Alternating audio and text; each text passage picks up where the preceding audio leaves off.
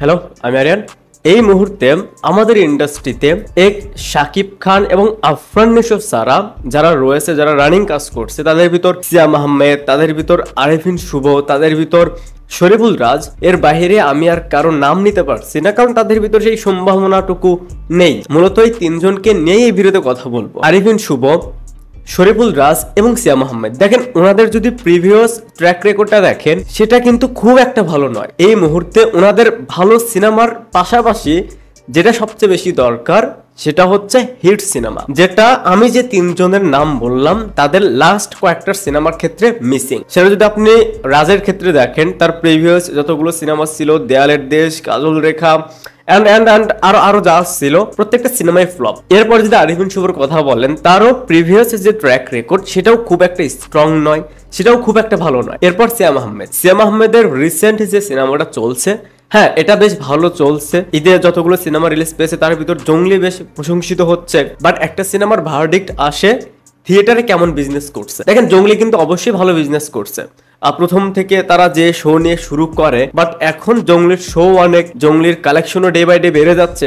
হতে পারে একটা ঠিকঠাক একটা ভালো কালেকশন আসতে পারে, বাট এখন পর্যন্ত জঙ্গলি থিয়েটার থেকে যেহেতু একটা সিনেমার ভার্ডিক্ট দেওয়া হয়, সেটা থেকে জঙ্গলি কিন্তু এখনো হিটের ঘরে নেই। এইখানে অনেকেই এখন কোশ্চেন করতে পারেন যে প্রডিউসার তারা সেই টিম জানিয়েছে তারা বাজেট রিকভার করে ফেলেছে। এটা পসিবল হয়, কারণ সিনেমার বাজেট যদি আপনার 2-3 কোটির আশেপাশে থাকে তাহলে সেই বাজেটটা আপনি রিকভার করতে পারবেন। যদি থিয়েটার একটু ভালো চলে, যেমনটা জঙ্গলি চলছে, এরপর বাইরের কান্ট্রিতে মিডল ইস্ট কান্ট্রিগুলোতে রিলিজ করবেন, সেইখান থেকে একটা অ্যামাউন্ট পাবে। ওটিটি রয়েছে, সব মিলে একটা সিনেমার বাজেট যদি 2 থেকে 3 কোটি টাকা হয়, সিনেমাটা যদি থিয়েটার একটু ভালো চলে, একটু ভালো বলতে জঙ্গলি যেভাবে চলছে, তাহলে সেই সিনেমাটার বাজেট রিকভারটা পসিবল। কিন্তু এখানে এটা মাথায় রাখতে হবে যে একটা সিনেমা ভার্ডিক্ট নির্ধারিত হয় থিয়েটার থেকে কত ইনকাম করলো, থিয়েটার থেকে সেই সিনেমার কালেকশন কত। অনেকেই বলে যে আমাদের ইন্ডাস্ট্রিতে একটু ভালো সিনেমা করার মতন বা একটু অ্যাকশন সিনেমা করার মতন যোগ্য কেউ নেই, ভালো অভিনেতা নেই, ভালো নায়ক নেই। এটা টোটালি রং। যাদের নাম আমি বললাম,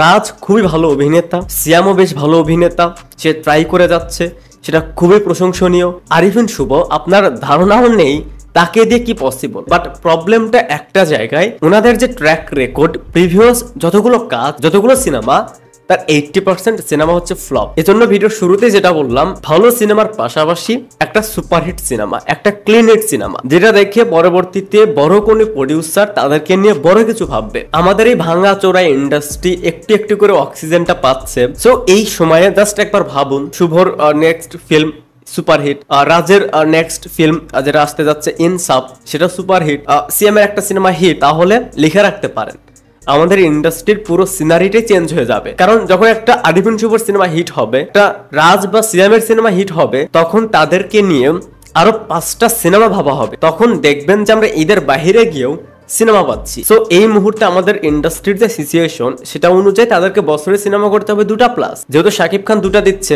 আফরান নিশো পরবর্তীতে 1-2টা করে দিবে। সো আফরান নিশো, শাকিব খান যে ধারাতে এখন রয়েছে, সেটাতেও যদি সিয়াম ঢুকে যায়, সেটাতেও যদি আরিফিন শুভ ইন করে, রাজ ইন করে, তাহলেই আমরা ঈদেও সিনেমা পাবো, ঈদের বাহিরেও সিনেমা পাবো। আরিফিন শুভর নেক্সট রিলিজ হতে পারে নীলচক্র, শরীফুল রাজের ইনসাফ, সিয়াম আহমেদের তো একটা চলছে রানিং জঙ্গলি, শুভর একটা দারুণ কামব্যাক হোক, রাজের একটা দারুণ কামব্যাক হোক, এবং তাদের সিনেমা সুপারহিট হোক, যেন পরবর্তীতে তাদের কাছ থেকে আমরা আরো বেটার কিছু পাই। এবং সেটা থেকেই আমাদের এই ভাঙা ইন্ডাস্ট্রি এখন যে অক্সিজেনটা পাচ্ছে, সেই অক্সিজেনটা ঠিকঠাক ভাবে নিয়ে একটু দাঁড়িয়ে যাক, একটু ভালো কিছু হোক। যাক, এই ছিল ওভারঅল বিষয়টা নিয়ে আমার ওপিনিয়ন। আপনাদের কাছে কি মনে হয় নেক্সট কার একটা ভালো কামব্যাক হতে পারে, সেটা অবশ্যই কমেন্টসে জানাবেন।